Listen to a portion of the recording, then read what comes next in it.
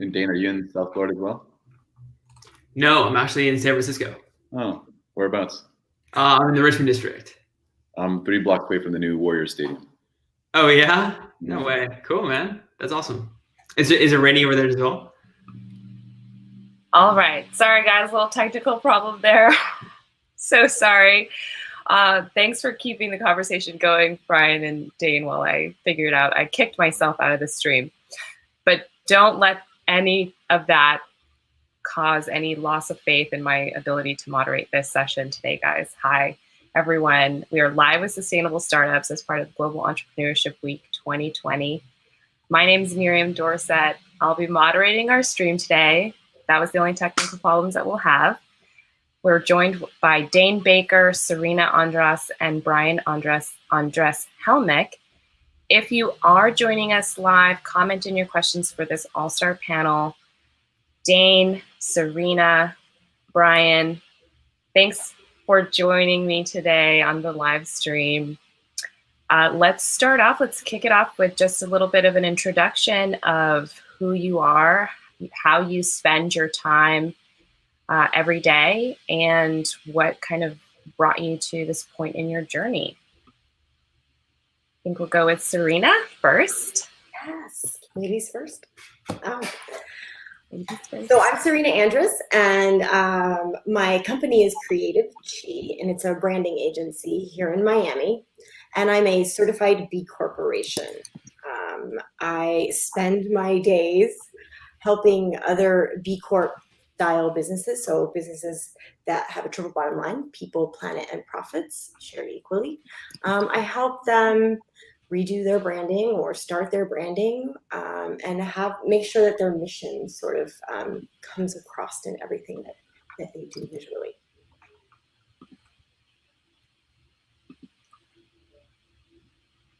Dane.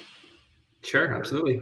So I'm Dane. I am the co-founder of EcoCart, which is a suite of software solutions that aims to empower everyone to really make the fight against climate change easy, affordable, and accessible, so that truly everyone can do their part. And how that looks today, what that means is we have 2 products. The first is a Shopify app that any merchant can install into their store to give their customers the opportunity to make their order carbon neutral at checkout. We have over 300 businesses today using the platform. And the second product, and kind of really the reason why we built the second product, is because we saw such great adoption among consumers. Roughly 1 in 3 consumers end up checking the box at checkout to make their order carbon neutral on average.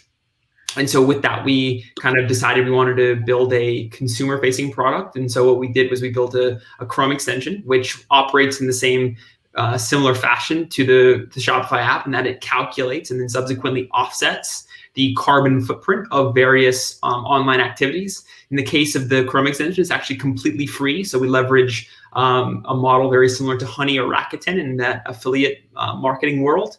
And with that kind of commissions that we receive, we fund certified carbon offset projects to offset the carbon footprint of each order. So that's a little bit about EcoCart. Thank you so much. Brian? See, what got me here in my journey, I was born in Colombia, South America, kind of grew up all over, every 2 years living in different countries, started my career on the finance side, and then became an entrepreneur first on the technology front, and then started a professional sports team. And more recently, I'm back into the world of investing, specifically in the world of impact investing. There are 4 sectors that I'm kind of particularly interested in. The first one is financial inclusion. The second one is anything kind of in the food and agriculture space, the kind of regenerative agriculture or kind of plant-based food alternatives. Third one is education technology specifically. And the fourth one is energy, clean energy, anything that kind of affects kind of climate change. And I'm based here in San Francisco. Well, thank you guys for joining me today, taking time from your busy days to chat a little bit about something that's really close to my heart and important. Looks like we're already getting comments in. Oh, this is a great one. I think we should definitely, I have lots of questions myself, but I'd love to entertain the people that are tuning in. So question from Way Papa Muse, our partner over at the Plastic Free Challenge. Thanks for tuning in, Way. He's curious how the carbon offset works. I guess that's for you, Dane. Yeah, absolutely. So at its core, our technology is calculate the carbon footprint of various consumer activities. And so with an e-commerce purchase, what our technology aims to do, it looks at a few different factors, such as the shipping distance, package weight, product type of each individual order, and then kind of calculates a carbon footprint that's associated with that activity or that purchase, and then offers the consumer, in the case of the Shopify app, the ability to make the order carbon neutral by opting into a few extra cents. And then with the Chrome extension, it's actually completely free for them. So with that, how we make the orders carbon neutral is we actually buy certified carbon offsets on behalf of that individual order itself. And yeah, we work with a kind of a portfolio of projects that we have hand selected and done a ton of vetting and kind of diligence into that are certified carbon offset projects. And in addition to the kind of standard offsetting method, all of our projects, we're very proud of the fact that they all have a very high element of social good as well, whether that's protecting an endangered species of animal because we're protecting their habitat, or it's creating local jobs in a developing nation. Thank you for explaining that to everybody. I love it. I wish that more big brands would take it upon themselves to take on carbon neutral offset. I wish we were teaching kids in school how to just plant their food locally and just all this stuff. But in the meantime, I love that you're doing this work, and I'm excited to learn more about it during our conversation today. I guess the big question that we can start with is, what do you see as the future of sustainability, of conscious entrepreneurship, of the world in general, just where we are? And I don't want to get bleak or anything, but just be honest, preferably. Who wants to take that one on?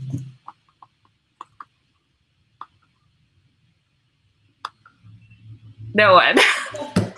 I'll say where we are with B Corp. Okay, yeah, that would be great. Do we see the numbers rising? So actually, B Corp is having a really great year, believe it or not. We've gotten to a point where I think that people are in this space of things have to change.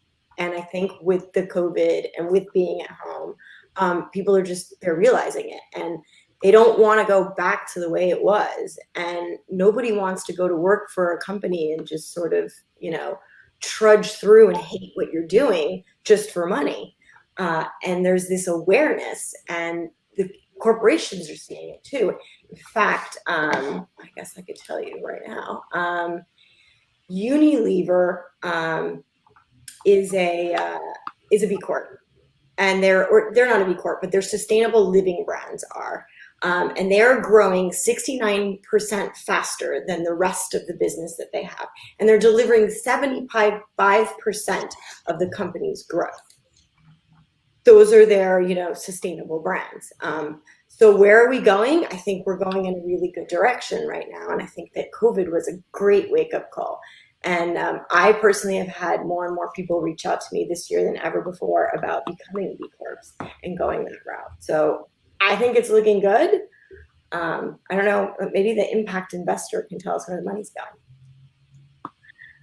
Yeah, let's kick it to Brian.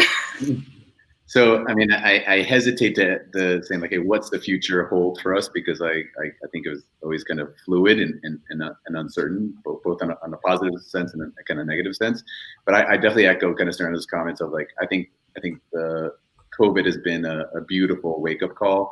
I think both at a macro level, so kind of global basis, but also kind of at a micro level, so on an individual basis. Whenever there's there's a moment of kind of pain and suffering, there's an opportunity for us to kind of reflect and to change. And it seems like to me, both on a climate basis, environmental, social, racial, there's a bit of a reckoning, and there's a bit of an increased awareness on all these subjects in terms of sustainability and thinking about our planet and how interconnected we really truly are. So all that, I think, has allowed us to have a kind of conversation, or probably a broader conversation on these topics. I think the trend that Serena is talking about is real. There is kind of more movement towards people talking about some of these things.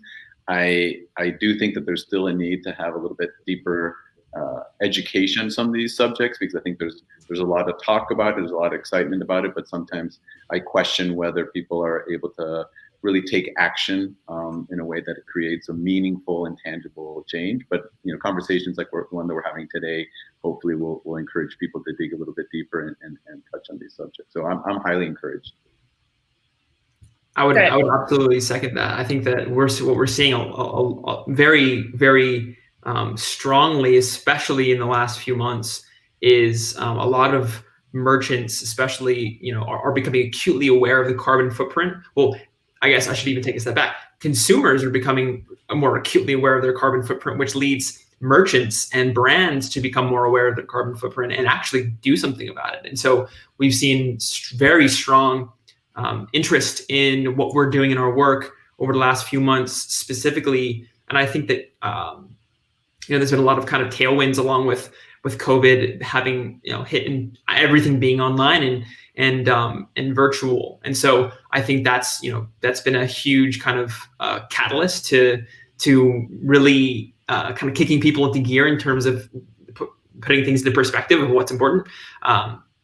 And with merchants becoming more and more aware and wanting to take action, that's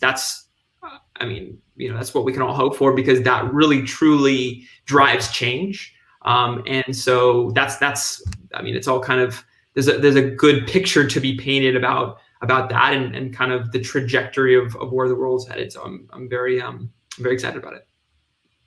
Great. I'm glad you guys are all very optimistic. I'm kind of having some flashbacks to when we were dealing with the nationwide obesity issue. And I don't think we're out of the clear for it, but remember when they started making menus, at least I think in California, they don't do this in Florida, but maybe in New York, I think they also do it. And next to the menu item, it tells you how many calories is in that meal, like required, right? You guys remember that? Okay. I remember seeing that in New York the first time. It was $1,200 next to a slice of pizza. And I was like, they're charging $12 for a slice of pizza? And I just was like really upset. And then I realized that was the calorie count. So I'm just thinking like how That's a lot of calories for a slice of pizza. I don't know what the pizza you're having. New York pizza. New York. Just cheese, regular cheese pizza. But I'm thinking about this eco cart and thinking about what kind of things we could do legislatively. And I'm wondering if you can give like a thumbs up or thumbs down or thumbs aside if you feel like we need more conversation about this. I don't want to take up a lot of time with it, but something like that, like when you're shopping or whatever, some sort of label or like warning sign that's very direct, that's a requirement for people to see how that is impacting the world, like a carbon footprint in your face. Absolutely. I think it's a really important point. I think that that's kind of part of the core thesis of what we're aiming to do is really the consumer education piece, because that's top of mind important. And so with the Shopify app, kind of getting into the merchant's checkout flow is the kind of the first step into getting, bringing around that consumer awareness, because we do a great job, or at least aim to do a great job at explaining to the consumer what that carbon footprint, that first of all, that there is a carbon footprint associated with their purchase, and what that would look like in terms of a dollar amount for them to actually opt in and neutralize or offset that. And so that's kind of the first step. Now, the kind of what we're seeing thereafter, and with the great adoption that we've seen, we've wanted to kind of capitalize on that and build a holistic consumer experience around for the exact consumer around what exactly is that carbon footprint for each of their purchases, not just where we're integrated into a brand's checkout, but really across the internet. And that's where we're headed. That's where we want to ultimately be. We want to be the kind of the thought leader around where people go first to kind of gut check, hey, is this the right move to be making? Is there better alternatives out there? And how can we, from an individual perspective, how can we offset that our own personal carbon footprint as it relates to our purchases? Thank you. This is a great kind of segue into what Brian was kind of talking about, the actions. I want to know what you guys have suggestion-wise, actions that consumers can take to live a more sustainable lifestyle. And I want to open up sustainability from just, we don't have to stick with go green, because in my mind, sustainability also has a lot to do with thinking about your long-term mental health and wellness.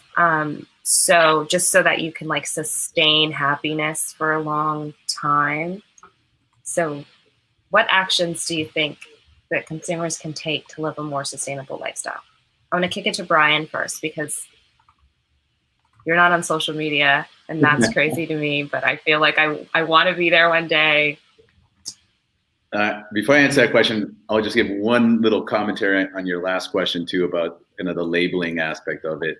My only, what I'd offer for everybody's consideration though, is recognize that sometimes these labels are unidimensional. And so it's like saying, like, when everybody's like, oh, this is fat free or low fat, and everybody just kind of went on this fat free train. And then people are like, oh, wait a second, maybe that wasn't as healthy as we thought. Also, or even kind of on the organic train, like everybody's, oh, this organic's organic. And then they're like, well, what makes something organic or not? And, you know, something might be really low carbon footprint, but it uses, you know, I'm going to use an extreme here for an example, but it uses child labor. And so are you happy that you bought it? And so I think that these are I love the enthusiasm. So I don't mean to be kind of Debbie Downer, Dane, on your comments of like, you know, we're changing awareness and helping the consumer realize this. But I think that sometimes it's really hard, if not next to impossible, to really kind of change consumer behavior and change consumer awareness. And I think there's more opportunities to be able to do something in a more holistic way that might be, it's really kind of in the gray zone as opposed to black and white, and coming from more the businesses and building into, and I think Miriam, you mentioned this, is can companies build into their business model practices that are sustainable but broader than just from a kind of green kind of perspective. So just wanted to put that out there. And then to answer your question directly in terms of what can we do, so yes, I'm completely off social media. I'm happy to go into that if you'd like to, but I think there's so many ways that we can kind of practice living a life that is a lot more sustainable. And I think that many people who are big advocates of that, oftentimes, in my humble opinion, go too far and also become really judgmental of people who maybe are not acting that way based on what, you know, their barometer is of what quote unquote should is a word that I refuse to use, but should be doing.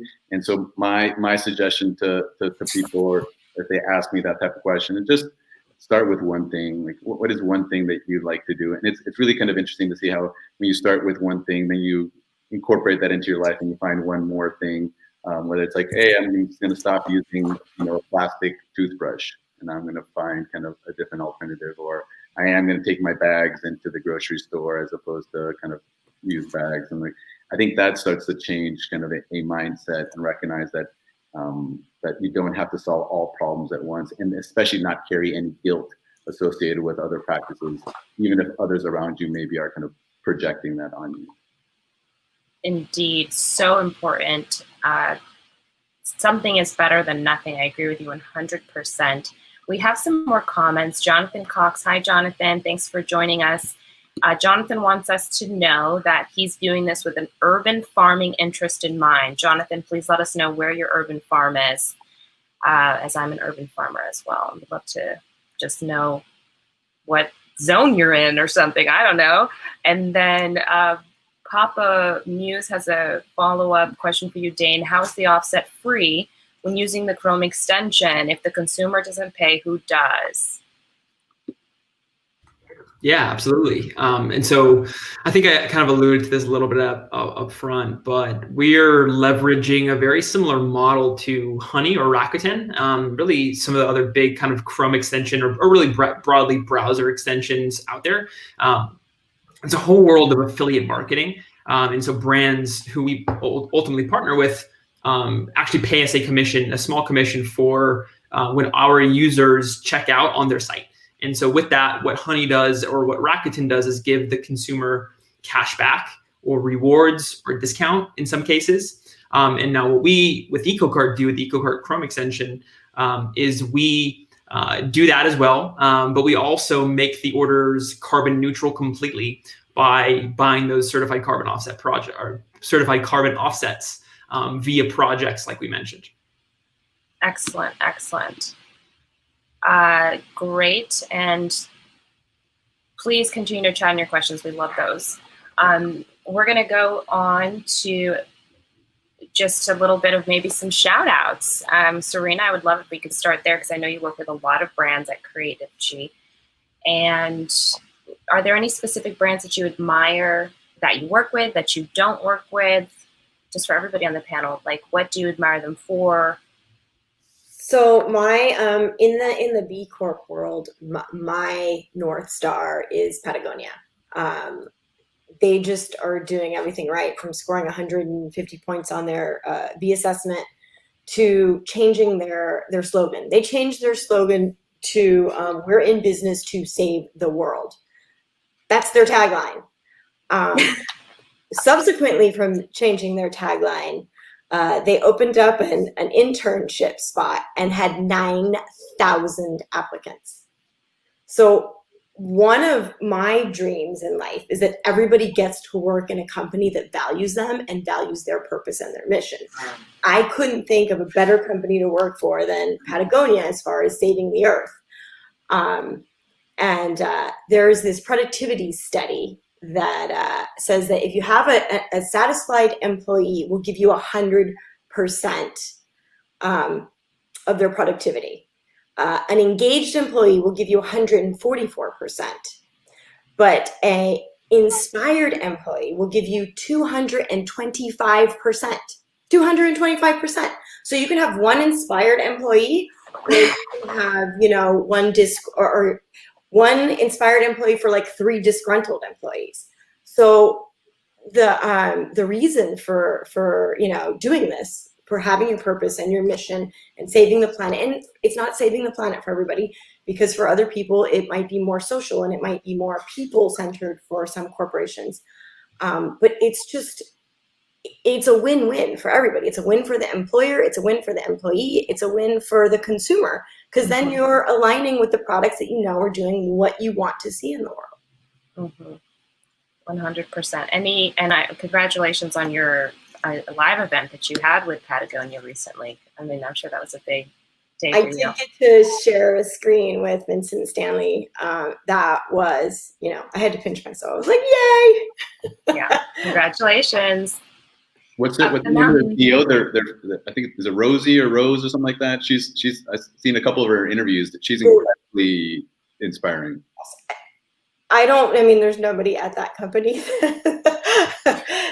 Anybody there is doing a good job, because if you're going up against 9,000 people to get your job, you are the best of the best. And the founder, Yvonne, said that. He says, I don't want to tell people what to do. I don't want to be told what to do, and I don't want to tell people what to do. I want to surround myself with the best people and let them do their thing. And I just think that's phenomenal. And everybody would work in such a better place, sort of, if we all had that attitude of like, let the professionals do what the professionals are going to do, especially if they're inspired and they're doing it for a good reason. Indeed. Brian, do you have any brands that you admire? I think there's a lot of people out there. I mean, Serena already mentioned 2, and Unilever is one that I kind of recently started learning a little bit more about, and one that I think a lot of people wouldn't think of kind of a CPG company as being one that would be doing so much from a sustainability perspective. But yeah, I'd echo Patagonia. I think Patagonia is, and they do things in a way that I think are what's the right word for it? Maybe a little even snarky about it. Like I think recently, maybe about a year ago, I saw that there's a lot of people here in Silicon Valley, especially a lot of kind of venture capital investors and hedge funds and whatnot, that are the common kind of uniform is to wear kind of a Patagonia vest with the investment firm's kind of logo on it. And I think it was about a year ago. So correct me if I'm missing this. Where they said we will no longer allow these investment firms to put their logos on Patagonia vest, which it makes sense, right? They're saying, hey, we really care about the world, and now why did these kind of quote unquote evil, investors and out there using kind of our brand? So I think they're being kind of thoughtful, intentional, and even a little snarky sometimes, which I appreciate. Nice. It's part of being sort of in alignment from a community standpoint, not just a business standpoint, but saying we're companies that are taking a stand and we don't want to be misrepresented or construed wrong. So we don't want these people who we feel are destroying the planet to be sporting our logo. We just don't want to. So we're not going to let you. And because profits are not the top thing. So we don't want our brand to be, soiled like that. That reminds me, and I think that's beautiful. It is around alignment and recognizing that here are some companies that are feeling more and more comfortable putting things out there, like saying, like, it's not about the bottom line, it's not about profit. Which, to what Ben and Jerry's. How can you say that? But even Unilever, for example, if I'm not mistaken, please correct me, Serena, is that they've stopped giving Wall Street guidance. There's a number of kind of companies out there that are like, hey, we're no longer going to provide this guidance about what's going to happen on the profits, because doing that is very kind of short-term minded.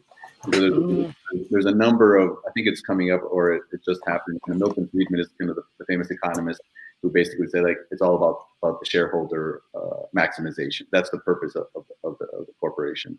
And companies like Unilever and others are saying, like, wait a second, maybe we should revisit that and expand that more to using terms like stakeholders and recognizing that all individuals on this planet, the planet itself, the stakeholders, it's not just about the shareholder in the company that should be optimized from a financial perspective.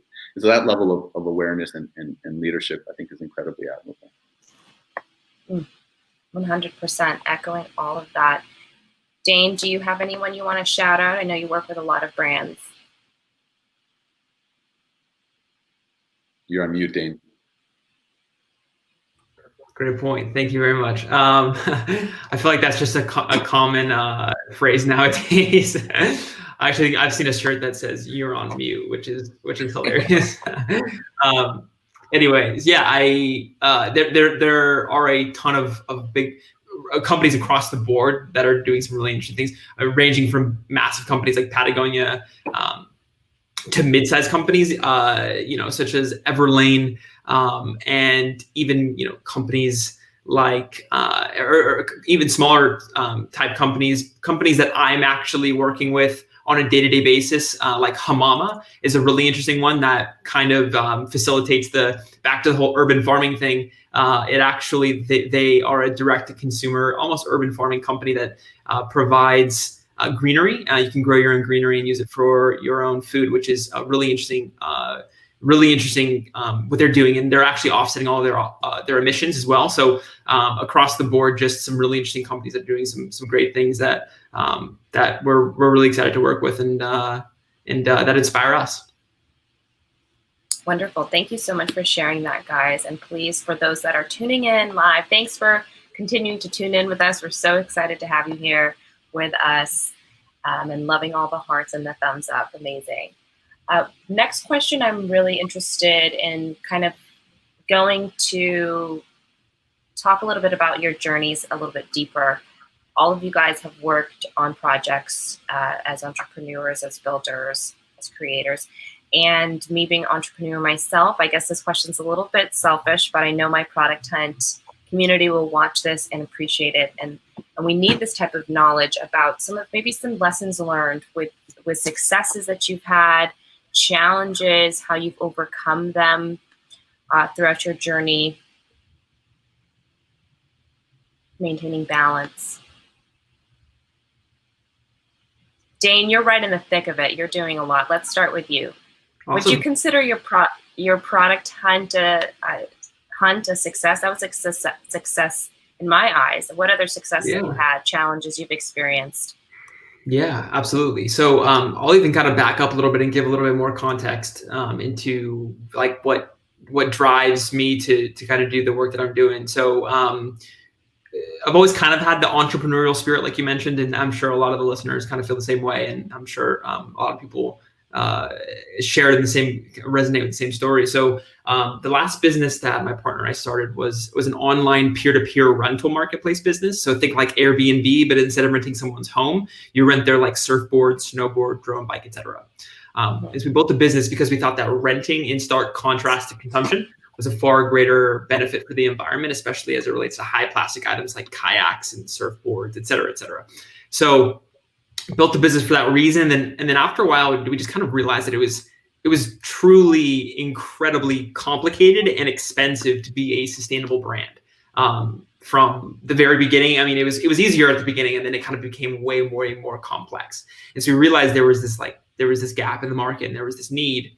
And so that's kind of what inspired us to start EcoCart and the kind of inception story almost. So then when we started EcoCart, and then again, like our mission here is to make the fight against climate change easy, affordable, and accessible so that everyone can do their part. So it's really about empowering everyone, making it frictionless as humanly possible to offset their own carbon footprint, which would snowball into kind of greater impact on the planet. And so throughout that time, I mean, that was just a massive challenge at the beginning, but it kind of worked out to be almost this like inspiration or this kind of, aha moment in some ways to as a transition to start EcoCart. And so I think that, those like challenges or those struggles definitely, they are worth it, in the end. And I'm really excited to be kind of doing the work that I'm doing. It's really fulfilling.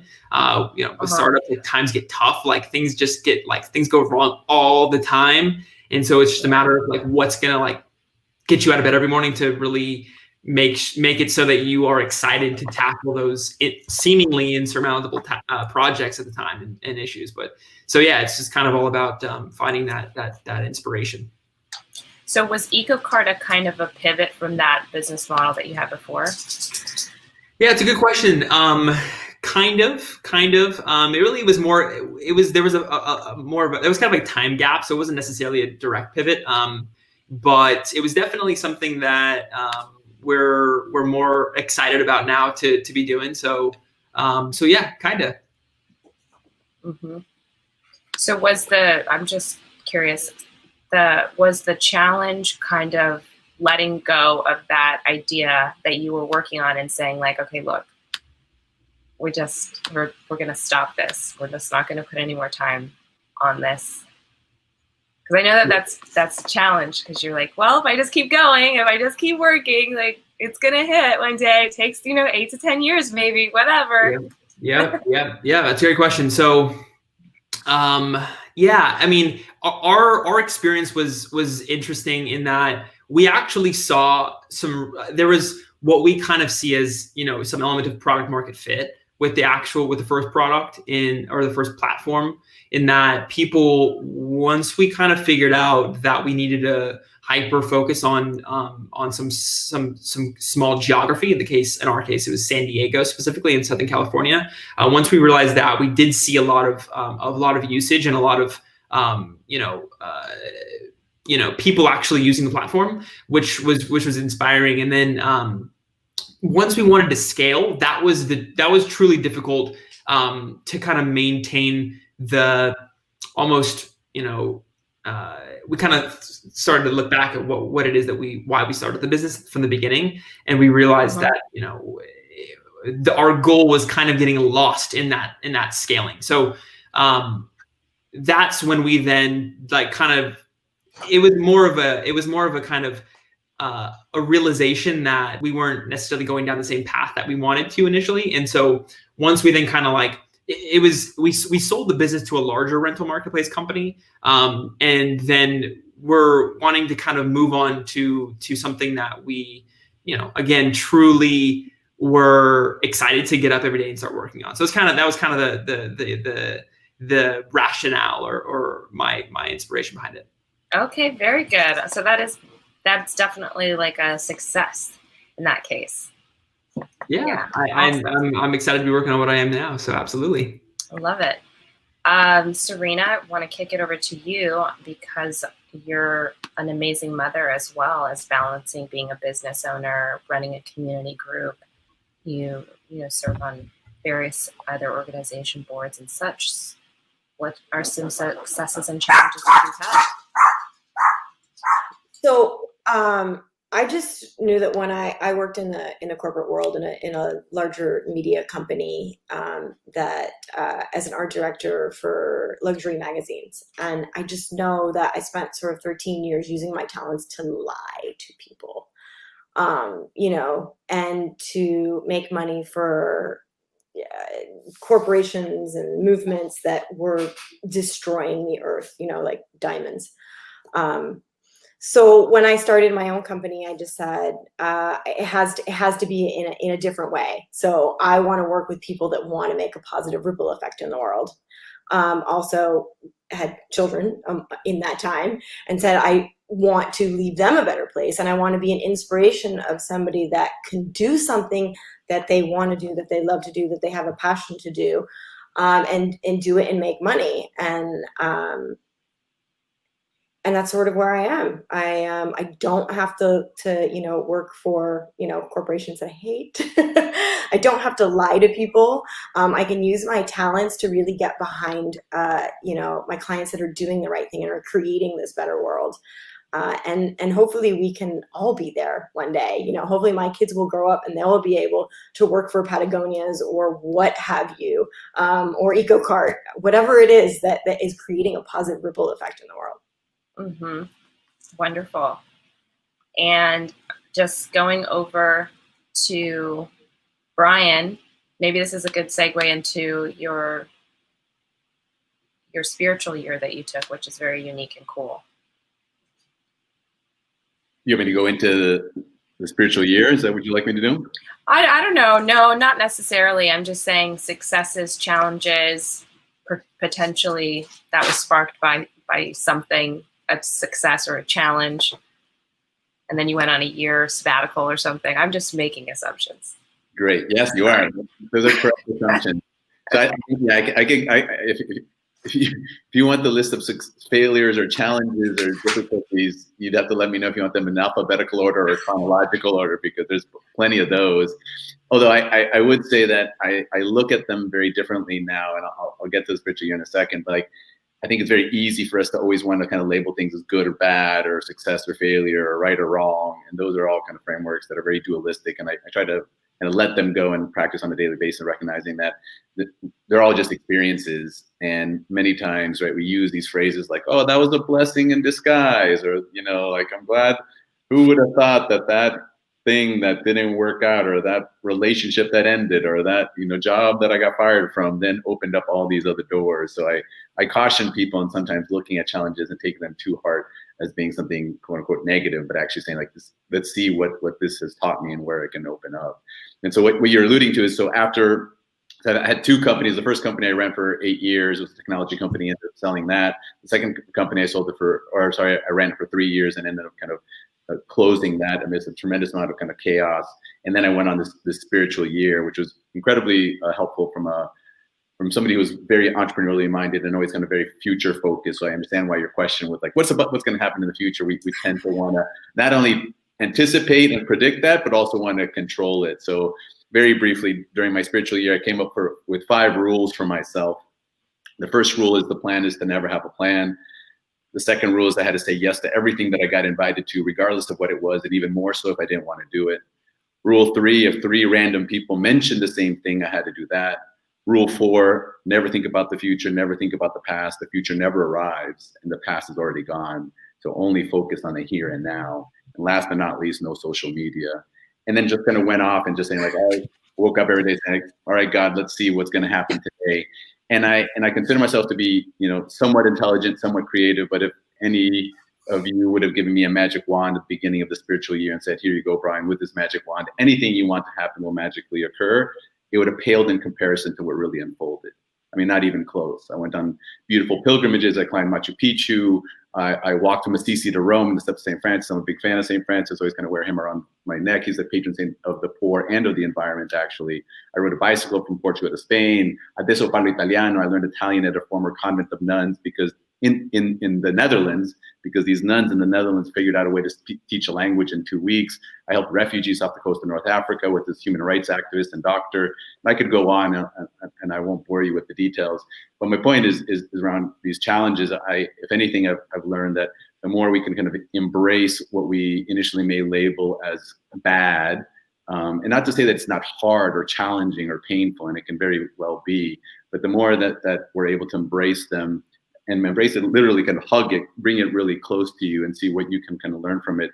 At least in my humble opinion, it has opened up many kind of doors, experiences, growth, and lessons that are going to help you as you continue down your path. Mm. So great. Thank you so much for sharing with us. It's very inspiring, and I hope that someone watching feels inspired and heads out on the road and travels abroad. And I do want more information on those nuns. Let me just add one thought that one of the lessons I learned is that you don't have to travel around the world to learn some of these lessons. So if for whatever reason you are in a circumstance where you are able to travel, wonderful.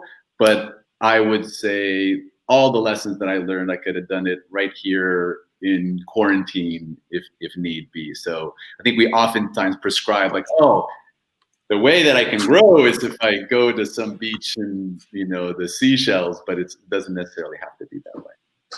Very good point. I do want to know the name of the nuns or the location, because I've been trying to learn Spanish for several years and have not. So that could come in handy in the future. And then I want to segue into a common mistake startup founders have. If you have, for everybody on the group today, any advice there? Or like, you see this mistake all the time. It's like, oh, there they are, doing the same mistake I've seen 100 times. What is that? Is that something? I'm happy to go first in that one. I got lots of those mistakes. Yes, please. That either I've made or I also kind of see from an investor perspective. I think the first one is one around not sufficient emphasis on yourself. And so it's very easy to be like, I got to work on this. I got employees. I got, money or investor capital I need to kind of deal with. And there isn't enough kind of self-love and self-care. Like if you don't take care of yourself, you're not going to be able to make it. The rhythm is unfortunately, it's not going to be balanced. So I think some people are like, oh, try to find work-life balance. I think as an entrepreneur that seems unreasonable in my humble opinion, but there are ways that you can do to make sure that you self-care and ideally empower somebody near you, whether it's a friend, a spouse, girlfriend, boyfriend, whatever the case may be, to be like, hey, can you watch out for me? Can you give me some sort of warning sign when you feel like I'm kind of going off the rails? That one it happens over and over and over again. The other one that I think, at least I see frequently, is we get so inspired and it's our baby and we want it to be so successful and we have all these plans and we're thinking about how the impact it's going to have on the world, especially if it's something related to sustainability, and we try to be everything to everybody everywhere right away, and we think that that's a winning plan, and we start to say like, I need to baby step this. I need to be able to. I think it's more important to figure out what doors to close and what actions not to take, as opposed to all the things that I want to do and I just don't have enough hours in the day. I mean, a regular practice that I had that I finally learned was, I'd start the week, on a Monday and say, all right, what are the, 6 things? Like, here are the 6 things that have to get done before the sun comes up next Monday. Have to. Like, there's just no way the sun can come up on that following Monday and these 6 things not get done. Great. Now, which 3 of these am I not going to do? And it felt really kind of contradictory because I just said that I have to, but now I'm going to choose which ones I'm not going to. And not because I don't want to, but there's going to be surprises. I don't know what the surprises are going to be, but there will be surprises. So let me kind of come to terms with which ones I'm just going to have to forego. And being able to, and all that I think relates to my first point of being able to be kind, being able to become reasonable with yourself. Because otherwise, like, there's too many cases. I was super guilty of this in terms of health issues and whatnot that came from overstressing. Mm-hmm. 100% agree. And thank you for just the reminder about that as I'm currently on the journey. Serena, Dane, do you echo any of that? Anything to add? Absolutely, you need to cut out time for yourself, and sort of keep yourself healthy. And from a branding standpoint, a lot of mistakes that I see is with just not really understanding your why and your mission, and really keeping it a core value and running it through your business, through every stakeholder, whether it's you or it's a customer or the people that work for you. So making it clear and concise, and really being in integrity with it. Mm-hmm. From the beginning. And not to say that these things, they change sometimes, start off one way and end up another way. But especially if we're talking sustainable impact businesses, to really embrace your why and sort of make sure that everything in your business falls in line with it. Wonderful. Thank you for sharing. Dane, anything for you to add? I was actually going to say something very, very similar, in that, like the why is probably the most important question to ask yourself when doing really anything, but more specifically anything really hard. And there's, kind of few things that are harder than an entrepreneurial journey. So definitely finding the why and everything. I'd also mention that, there's, this kind of, there's a lot of times people kind of make assumptions about, maybe there being a need for something in the world, and so they kind of go out and try to create a solution to, or rather, I should rephrase, they try to create a solution for a problem that may actually not exist, or make assumptions about a problem. So that's kind of the reverse of how you should think about problem solving. Always kind of look to solve a very specific problem, not adapt a problem to your solution, if that makes sense. So it's kind of a very common thing that I see oftentimes, something that I've been very guilty of in the past. And so that's kind of another thing that I would mention, in addition to the important philosophical question of really why you're doing something. Mm-hmm. Great advice. I want to stick with you for a second, Dane. I want to pop into and welcome Sergio. Thanks for joining us, and thank you to everyone who's continuing to tune in. Please comment in your questions live. We've got about 12 minutes left with these three amazing panelists here. So, Dane, I want to know, because your Product Hunt launch was amazing, and I'm organizer of the Product Hunt community here in South Florida. So what did you do to prepare for your Product Hunt launch? Yeah. Absolutely. It was a lot. So like, it's kind of a loaded question, because there's a lot, and it may not seem like, Product Hunt is a really interesting platform, and it can result in a lot of great exposure if your product is the right demographic. So there's a lot that went into, from everything from optimizing the listing itself and designing all the creative and the messaging to be kind of pixel perfect, quote unquote, for the actual for the launch day itself, to planning the day, the time that it went live, the person who's hunting the product. There's a lot that goes into it. But I think one of the most important things, and probably the thing that I think is you could do anything else, but I don't think that you would succeed without doing this thing, is probably just, really reaching out. It's all about the algorithm, and so the support that you get, both from upvotes and from comments, and recommendations that you see in the 5 stars. Those are all things that are crucial for the launch day. So if you have to kind of really plan in advance to garner that support, so that you have that ready to go for the launch day itself. And it's not enough to just kind of have maybe 100 or 200 friends of yours who have never logged on to Product Hub before, create an account and upvote and support.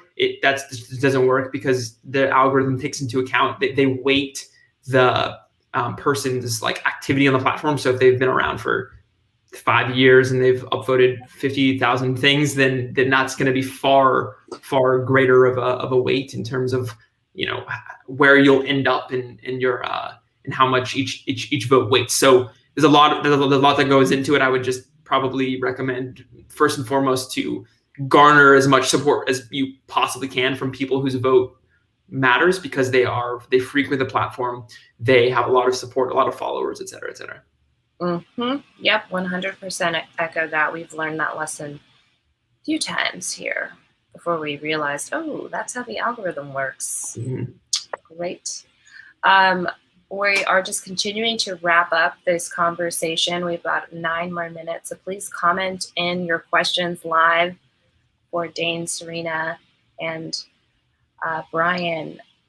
I want to go to Serena specifically, just in case you didn't cover it already, and there's some more things about becoming a B Corp.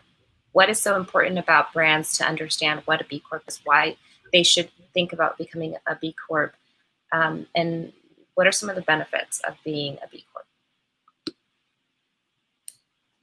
So a certified B Corp basically is the only certification available right now for the way a company runs itself, or the way the company is run. So right now there's a lot of certifications for products, like you can fair trade a product, or the forest, the FSC, the paper, for example, from the can be designated as safe for forest. There's different certifications that you can get like that, or like in construction, there's LEED.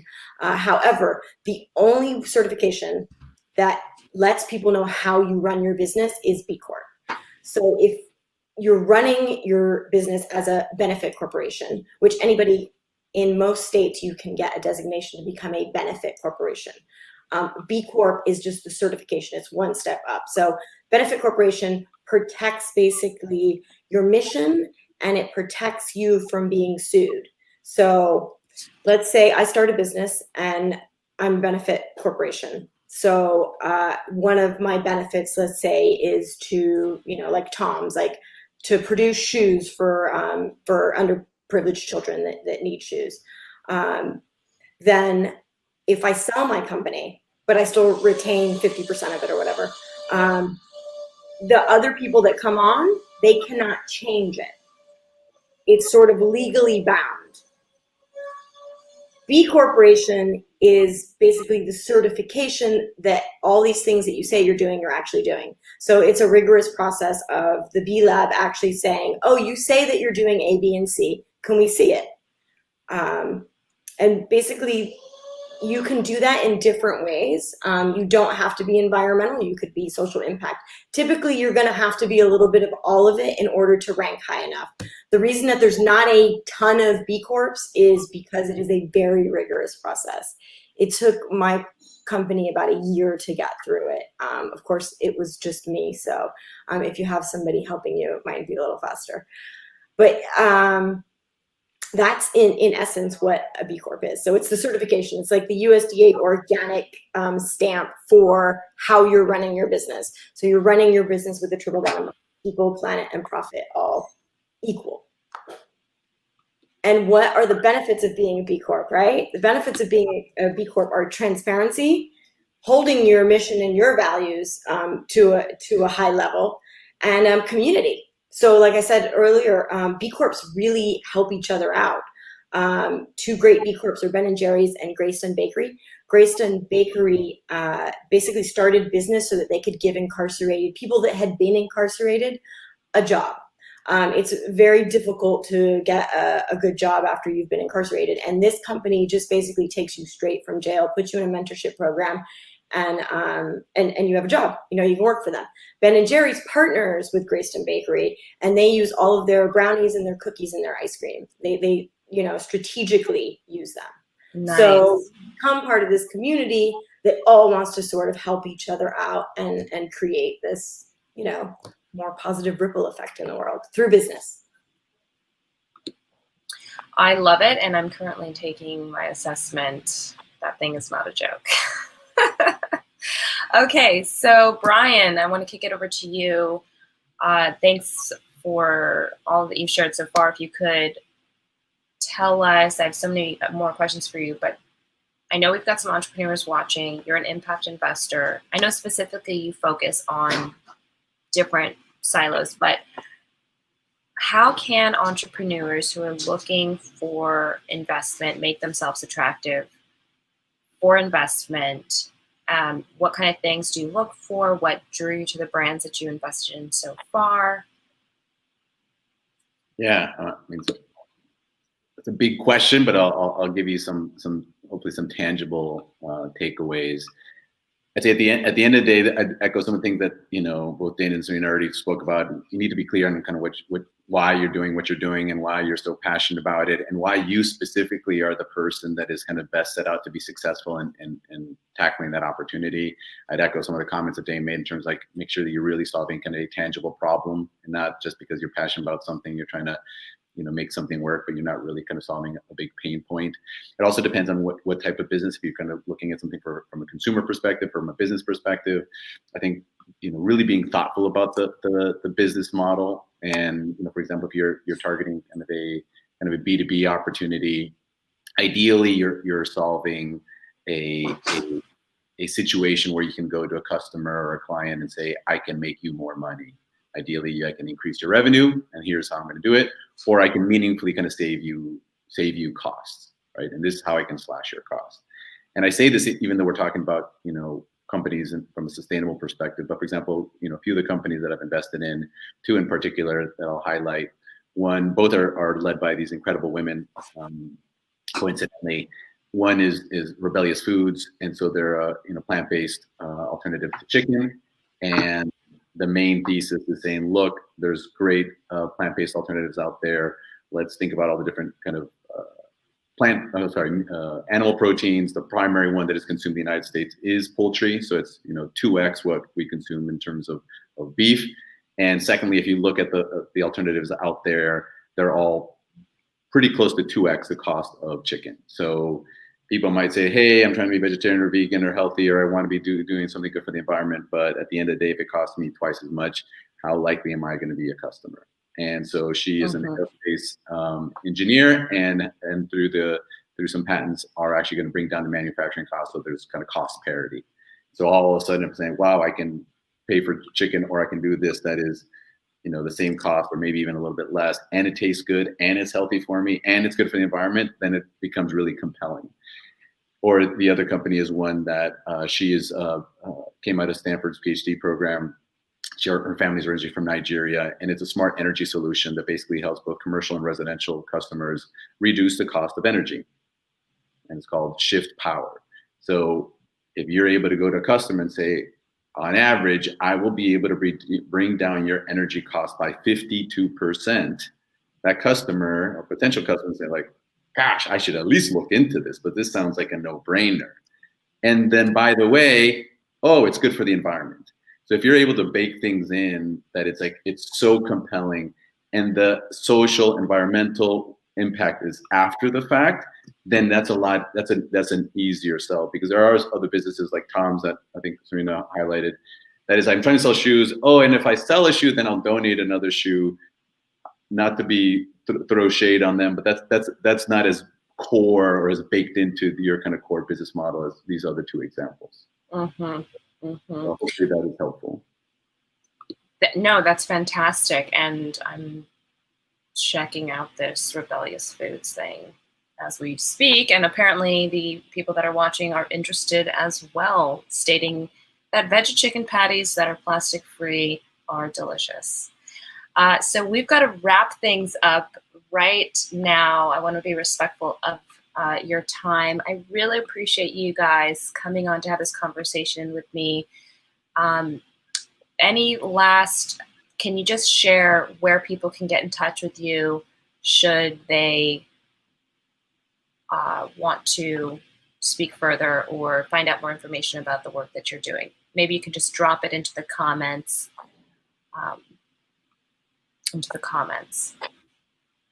Or say it. That's fine too.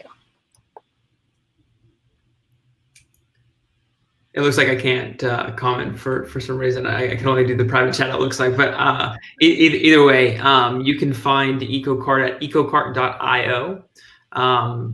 And that's kind of just a general website where you can find all of the information about us. Alternatively, if you want to reach out directly, always happy to chat.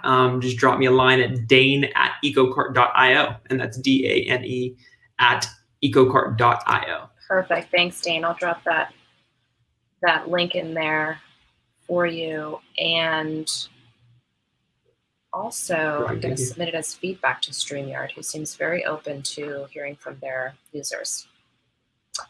I love this platform. Serena, any last thoughts? How can people get in touch with you?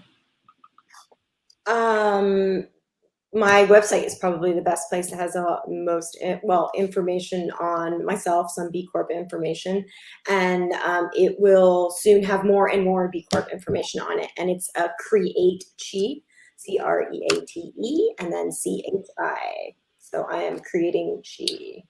It's Creative Chi, but it wasn't available, so I'm Create Chi. Love it. Brian, any last words? Well, I just commend you, Miriam, for kind of organizing this. So thank you for having me and kind of furthering kind of the dialogue for people, and for anybody who's kind of listening out there as well. Like, everybody can do their part. I think just be careful about kind of feeling kind of down on yourself when you're feeling discouraged by things that you read, or stay away from the news, stay away from social media is one of the reasons why I'm off of it. But I believe that we live on a planet of abundance. I believe abundance not only from a natural resource perspective, but a planet of abundance in terms of the human spirit and kind of creativity, innovation, resolution. And the more that we can recognize how interconnected we really are, and how we're all one, that there's beauty to be had. And I'm highly encouraged about people's willingness to kind of push things on the sustainability side. And then in terms of getting in touch with me, as I mentioned, I have no social media, but I did leave my kind of LinkedIn profile. I figured, like, all right, I'll leave some sort of kind of footprint that I do exist. So I'm on LinkedIn. Yes, and he does respond to messages. Everybody, that's actually how we got in touch. Thank you for tuning in today. I appreciate everybody for joining us. I really appreciate the Plastic Free Challenge for streaming this to their page as well. If you haven't checked them out, plasticfreechallenge.org. It's a social media event to focus on solutions to the plastic pollution problem, fueled by your creative contributions. My name is Miriam Dorset. Thanks for tuning in. Have a great day.